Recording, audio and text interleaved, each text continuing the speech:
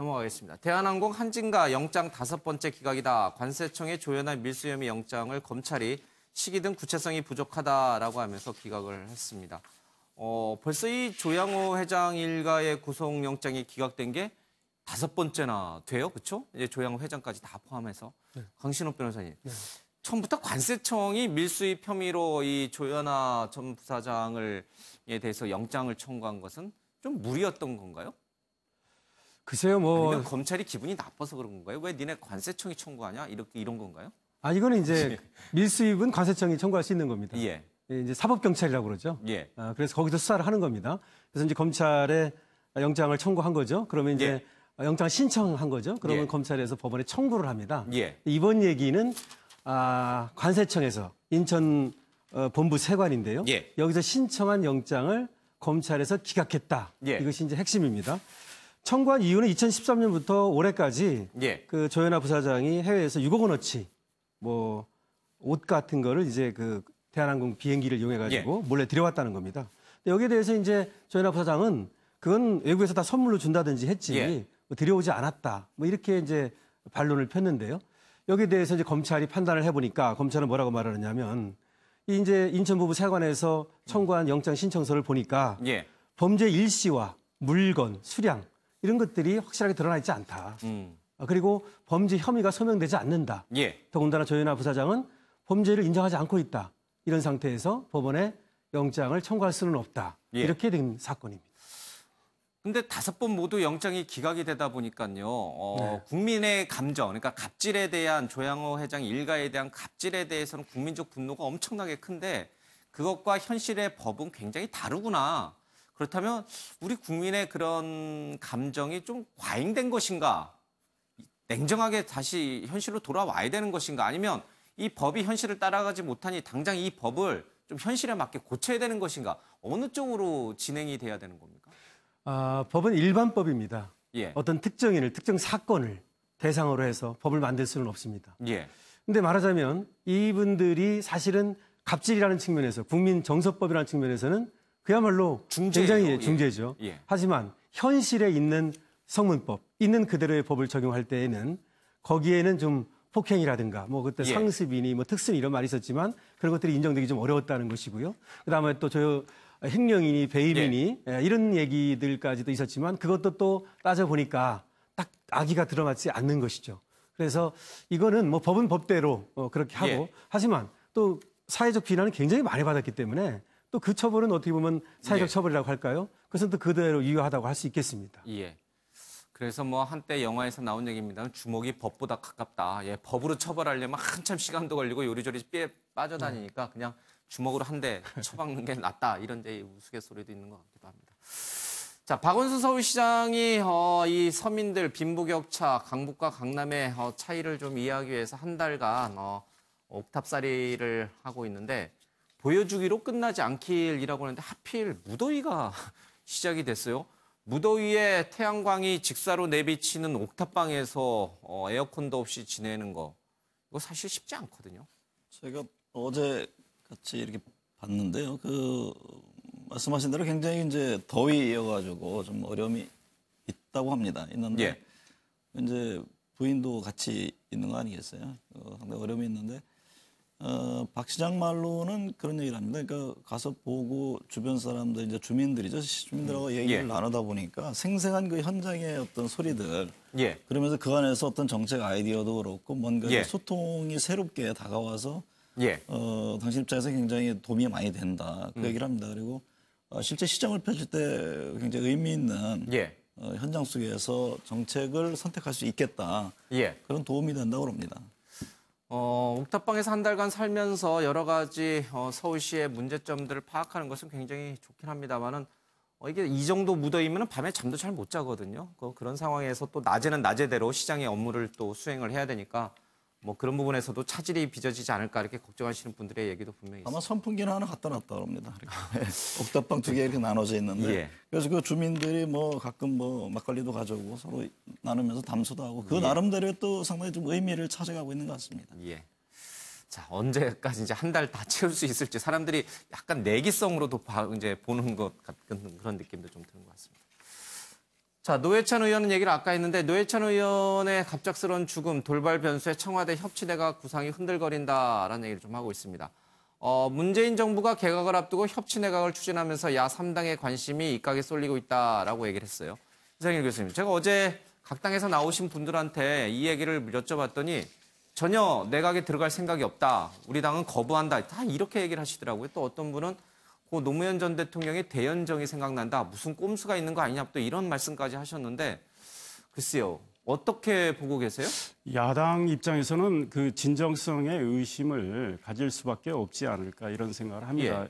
게다가 소위 협치 내각이라는 표현을 썼는데 예. 그 무게감이 지금 문재인 대통령께서 직접 말씀하신 것도 아니고 예. 청와대 대변인이 이야기를 했고 예. 또 그 아이디어는 원래 민주당 쪽에서 나와서 한 건데 정말 그동안에 청와대가 협치를 하려고 그 예. 노력을 했는가? 야당 입장에서는 그 진정성을 그동안 느끼지 못했던 상황에서 예. 지금 청와대 입장에서 또 여당 입장에서는 처리해야 할 여러 가지 국회 현안들이 많이 있는데 예. 약간 좀 아쉬워서 저런 말을 한번 던져본 거 아닌가 이런 생각을 하다 보니까 예. 그런 의심을 갖게 되고 또 현실적으로 지금 개각을 앞두고 있는데요. 예. 개각의 규모가 그다지 대폭이 아닙니다. 그렇다면 야당 입장에서 어느 정당 소속이 될지 몰라도 예. 한 명 정도 어떤 당 한 명 들어가고 어떤 당 한 명 들어가고 그 정도로 장관을 해서 과연 그 야당이 주장해왔던 여러 가지 정책들이 제대로 반영될 수 있을까? 예. 그냥 일단 모양새를 갖추는 그런 협치 내각 그리고 만약에 그런 협치 내각이 구성이 된다면 여러 가지 정부가 지금 경제와 민생은 굉장히 어려운데 이런 상황이 악화됐을 때 예. 야당 입장에서는 공동 책임은 책임대로 지는 이런 우려도 있거든요. 그래서 정말 야당 입장에서는 여러 가지 약간 이 의심의 눈초리를 갖는 건 너무나 당연하다. 그리고 그 이후에 청와대에서 그거를 보다 좀 진정성을 보이려는 어떤 언행도 지금 나오질 않고 있어요. 그러다 예. 보니까 사실은 현실적으로는 그다지 쉽지 않아 보여요. 네. 예. 지금 청와대로서는 산적해 있는 국회에 산적해 있는 여러 법안이 빨리 신속히 좀 처리가 됐으면 하는 것인데 뭐 매 정권 때마다 그랬습니다만 야당에서는 그걸 쉽게 통과시켜주지 않죠. 그러다 보니 야당 쪽에서 누가 하나 입각을 딱 해서 너가 한번 그거 해봐라. 역지사지 좀 해봐라. 얼마나 이 법안이 필요하고 국회가 얼마나 빨리 이걸 좀 통과시켜주는 게 왜 필요한지 좀 느껴봐라. 그런 맥락에서 아마 추진된 것 같기도 하다라는 생각이 좀 들어요. 그렇죠. 어쨌든 간에 모든 일을 하려면 이제 법을 통과시켜야 되지 않습니까? 예. 그러니까 지금 뭐 여러 개혁 입법을 내놨습니다만 그게 국회 상황은 굉장히 진척이 더디고 예. 그리고 여야가 원래 정치권이라는 건 서로 이제 합의를 하면서 조정 과정 속에 있는데 지금 워낙 대척점에 있고 또 이제 국회 선진화법이 있기 때문에 뭔가를 하나 만들어가기가 굉장히 쉽지 않은 구조입니다. 예. 그러다 보니까 여당 정부 입장에서는 어쨌든 야권의 그 협조를 구한다는 그런 측면에서 지금 내각 구성에 참여를 요청하는데 저는 이 문제가 이제 앞서 얘기했습니다. 진정성 문제가 물론 관건이 되겠지만 저는 그 충분한 그 굉장히 진정성을 갖고 얘기를 했다고 봅니다. 제안 자체는. 예. 그렇습니다. 그래서 야당 바른당 같은 경우에서는 이거에 대해서 긍정적인 검토 얘기가 나오고 있거든요. 그래서 실질적으로 만약에 그렇게 해서 내각이 구성돼서 어떤 협치가 이끌어진다면 그건 역시도 대한민국의 정치사에 새로운 하나의 그 선례가 될 수 있다. 저는 그렇게 보여집니다. 예. 노무현 전 대통령이 하고 싶었으나 하지 못했던 대연정, 뭐 대연정까지는 아닙니다만은 소연정이라고 해야 되나요? 어쨌든 협치 내각이 구성이 될지 그것도 한번 좀 문재인 대통령의 어떤 입장에서 한번 생각해 볼 필요가 있는 것 같습니다. 자, 이 기무사가 작성한 계엄령 문건과 관련해서 진실 공방이 벌어지고 있습니다. 기무사령관이 송영무 장관 면전에서 장관의 계엄 답변은 사실이 아니다라는 얘기를 하고 있죠. 지금 이석구 사령관 얘기는 이 사안의 위중함을 인식할 정도로 그렇게 장관에게 대면 보고를 했다라고 얘기를 좀 하고 있습니다. 그런데 장관이 그렇게 심각한 게 아니다라는 식으로 얘기했다는 것이죠. 그리고 민병삼 국방부를 담당하고 있는 민병삼 기무부대장 대령인데요. 송영무 국방장관이 기무사의 위수령 검토 문건은 잘못한 것이 아니다라는 말을 했다고 합니다. 송 장관은 이에 대해서 완벽한 거짓말이다. 대장까지 마치고 거짓말하겠나라고 하면서 반박하고 있습니다. 직접 들어보겠습니다. 법조계 문의를 해보니 최악의 사태를 대비한 계획은 문제가 될 것이 없다고 한다. 장관도 마찬가지 생각이다. 대한민국의 대장까지 마치고 장관하고 있는 사람이 거짓말하겠습니까? 그러면은? 네. 그건 아닙니다. 여야가 어제 국방위원회에서 기무사 계엄령 문건을 두고 공방을 벌였습니다. 집권 여당인 더불어민주당은 기무사 문건 작성 행위 자체가 국기문란이라고 강조했는데요. 더불어민주당 민홍철 의원은 기무사 문건이 합참이 아닌 기무사가 작성했다는 게 문제라고 말했습니다. 반면 야당 의원들은 문건 발견 이후 국방부의 늑장 보고가 혼란을 가중시키고 있다고 지적했는데요. 자유한국당 백승조 의원은 비밀문서로 분류해놓고 국방부 비밀 해제 이전에 언론에 공개한 건 실정법 위반이라고 말했습니다. 이어 바른미래당은 기무사령관과 국방부 장관이 단판을 지어 잘못된 부분을 도려내야 하는데 청와대까지 들고 간 게 문제라며 청와대 개입 자체를 비판했습니다. 한편 문건 계엄 보고 배경에 대해서 국방부 장관과 기무사령관은 서로 엇갈린 발언을 내놨는데요. 이석호 사령관은 3월 16일 국방부 장관에게 위중한 상황으로 보고했다며 송 장관도 위중함을 인지했다고 밝혔습니다. 반면 송영무 장관은 문건이 두꺼워서 다 볼 수 없으니 놓고 가라고 말했다는데요. 두 사람의 진술이 엇갈리자 자유한국당 황영철 의원은 왜 거짓말하냐며 추궁했습니다. 이에 송 장관은 자신은 평생 정직하게 살아왔고 증인도 있다고 주장했는데요. 이렇게 양측의 진술이 엇갈린 만큼 앞으로 계엄령 문건에 대한 수사가 불가피할 걸로 보입니다. 이것이 사안이 중대하기 때문에 이건 어떻게 조처해야 되겠습니다. 라고 장관에게 얘기했는가 안 했는가. 그 사항도 현재 수사 중인 사항이 돼서 무슨 소리 합시다. 네. 그게 무슨 수사 중인가 중요해. 그걸 보고 내요. 자, 이 사안이 엄중하기 때문에 장관님 이것은 앞으로 수사를 해야 될 의뢰가 필요가 있고 대통령에게도 보고할 사항입니다. 아니면 이것은 그냥 기초자료로서 만약에 사태에 대비한 것이니까 그냥 보고로 말씀드립니다. 라는 보고를 했냐는 얘기를 하는 거예요. 내가 그 얘기도 여기서 답변 못한다고 그러면 김 비서관 여기 왜 왔어요? 예, 대단히 중요한 보고라고 얘기했습니다. 대단히 중요한 사항이고 위중한 사항도 당시 다 인지하고 있었습니다. 장관은 뭐라고 대답합니까? 기무사령관 장관은 정확하게 국민에게 이 문제에 대해서 알려야 될 책임이 있기 때문에 내가 묻는 거예요. 그렇습니다. 장관님도 아주 위중한 사항으로 생각하셨습니다. 배종호 교수님, 지금 얘기를 들어보니까요, 조금 말이 좀 다르긴 한데, 이석구 기무사령관하고 그 국방부를 담당했던 민병삼 대령의 얘기는 조금 다른 것 같아요. 송영무 국방장관이 이 계엄 문건에 대해서 위중하게 판단하고 있었느냐, 아니면 기초자료이기 때문에 그렇게 위중하게 판단하지 않고 있었느냐 하는 쟁점인데, 민병삼 대령 얘기는 아니라고 얘기를 하고 있어요, 그렇죠? 그러니까 이제 민병삼 대령뿐만이 아니고 이석구 기무사령관도 자신이 위중한 사건이다, 또 중대한 사건이다라고 얘기를 했음에도 불구하고 장관이 몇 달 묵힌 장관은 지금 국방위 상임위 전체위에서 말하기는 아니다라고 얘기를 하고 있거든요.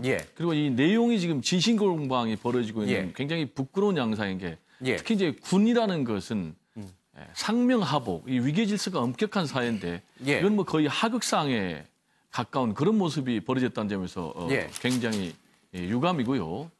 그래서 앞으로 이 부분도 군 그리고 검찰 특별 수사단이 됐죠. 이제 합동 수사단에서 수사를 할 수밖에 없는 그런 상황인데 이게 왜 중요한 부분이냐 하면은 만약에 송영무 국방장관이 애초에 청와대에 67쪽짜리 그걸 보고를 했다면은 이 상황이 이 지경까지 왔느냐라는 문제가 지금 벌어지고 있거든요. 처음부터 다 보고를 했다면? 그렇습니다. 그런데 이제 청와대에 본인이 애초에 맨 처음에 구두로 간략하게 보고하고 또 요약본 보고하고 그리고 이 부분도 본인이 보고한 것이 아니고 군 특별조사단에서 USB를 압수해가지고 거기서 발견된 거 아니겠습니까? 그러면 여기서 왜 송영무 국방장관은 청와대에 제대로 보고를 안 했는가라는 부분이 나오는데 그러면 본인이 과연 가치 판단이 제대로 안 된 것이냐 또는 의도적으로 뭉갰느냐라는 부분이 나오는데 지금 이석구 기무사령관의 얘기를 들어보면 본인이 위중한 사건이라고 얘기를 했음에도 불구하고 국방장관이 청와대에 보고를 안 했다는 그런 결론이 되기 때문에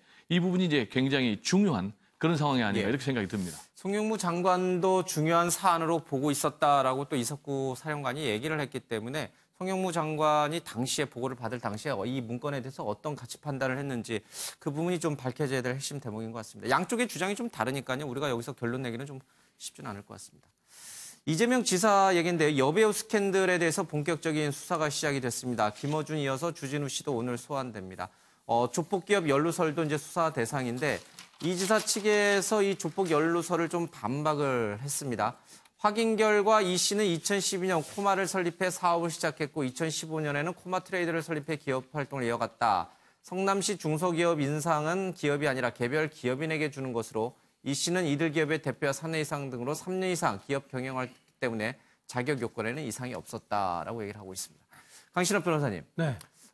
이 불륜설도 불륜설이지만 조폭연루설, 그러니까 과거에 변호까지 했던 것이 한 방송사에서 드러났고요. 또 그 조폭이라고 하는 이모 씨가 운영했던 기업에 대해서 우수 기업, 중소기업인 상도 줬고요. 또 여기에 은수미 의원이 지난 지방선거 당시에 뭐 후원 관계였다 이런 의혹도 좀 있었고요. 좀 산이 커 보이죠? 저는 이렇게 봅니다.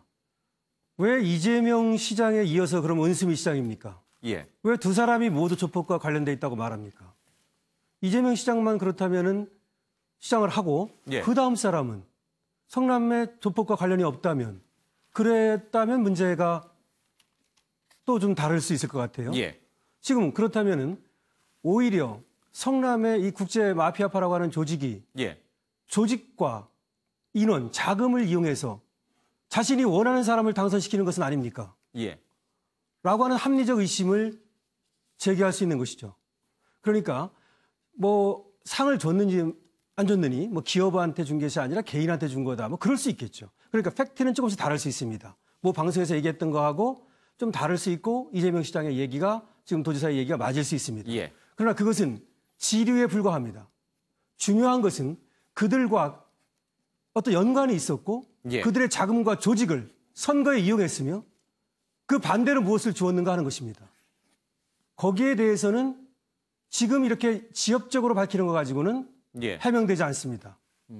저는 당 차원에서 예. 아니면 국정조사를 해서 예. 아니면 수사에 즉각적으로 나서야 한다고 생각합니다. 예. 왜냐하면 이것은 불륜이라고 하는 개인적인 것과도 완전히 다른 문제이기 때문입니다. 예. 다시 말해서 인권이 유린되고 민주주의가 유린되는 문제일 수 있기 때문입니다. 그래서 이거는 불륜 뭐 그 문제도 물론 문제가 많습니다. 예. 그래서 2010년에 김어준 씨가 인터뷰했던 그 내용입니다. 성남에 사는 한 예. 남자와 사귄 적이 있다. 2016년에는 주진우 기자가 김부선 씨가 예. SNS에 올리려고 하는 것을 대필했다. 뭐 이런 의혹입니다. 이것도 이제 밝혀야겠지만 이 조폭 의혹은 좀 더 다른 차원에서 접근해야 된다. 예. 이렇게 봅니다. 예, 적극적으로 해명에 나서고 있습니다만 충분히 납득이 되지 않는 부분이 있다. 예, 그 부분에 대해서 수사가 필요하다 이런 의견이시군요. 이거는요. 그러니까 이재명 지사가 실질적으로 그 내용을 알고 예. 적극적으로 활용을 했고 대가성을 줬는지 예. 아니면 여러 시민 중에 아니면 여러 어떤 민원인 중에 자연스럽게 들어온 것인지 이 부분에 대한 귀결점인 것 같아요. 그러니까 뭐 예. 수사가 지금 뭐 앞으로 전개될지 어떨지 모르겠습니다만은 그 이 시장 입장에서는 지금 이제 어떤 언론에서는 어떤 문제를 제기하는 거 이 시장은 이제 적극 해명하고 이 세 명의 해명 서로 다 계속 충돌하고 있는 지점이 있는 거 아니겠습니까? 그 이 시장 입장에서는 아니 그 국민의 심판 투표를 통해 가지고 당선이 됐는데 예. 왜 이렇게 지속적으로 본인에게만 문제 제기가 되느냐? 예. 그러니까 실적인 불법적인 거래라든가 사전에 인지하고 예. 자기가 활용했다라는 정확한 팩트에 근거한 위법성이 나온다면 본인은 이해를 하겠지만 예를 들면 여러 건, 여러 사람 예. 그중에 한두 사례를 갖고 핀셋으로 접근했을 경우에 예. 정치인이나 누구나 해당 안 될 사람은 누가 있겠느냐. 또 이런 항변을 하고 있단 말이죠. 그러니까 그런 점에서도 좀 예의주시하고 이 문제는 제가 보기에 이 시사 입장에서도 피해 나갈 수가 없을 겁니다. 그러니까 예. 사실관계를 좀 명확히 해서 이제 어쨌든 수사 과정이 있는 건 아니겠습니까? 그러니까 이 부분에 대해서 좀 명확해서 국민들에게 좀 정확한 정보가 제공되는 것이 굉장히 중요하다고 보여집니다. 예, 알겠습니다. 자, 북한이 동창리 미사일 실험장에 철거를 시작했다. 검증팀 없는 셀프 해체다라고 조선일보 봤습니다만 트럼프 대통령은 환영한다라는 입장을 오늘 좀 표명을 했습니다. 그리고 DMZ 파고 들어온 북한의 철책선도 뒤로 물려야 된다라고 해서 군사 분계선상에서의 비무장화가 지금 진행이 좀 되고 있습니다. 자, 이런 기사도 좀 있고, 그다음에 김병준 한국당 비대위원장이 한국당 내 반공보수, 동북아 질서 따라 사고체계 변해야 한다, 이런 기사도 좀 있는데 오늘 시간이 없어서 여기서 좀 정리해야겠습니다. 네, 여기서 마칩니다. 고맙습니다.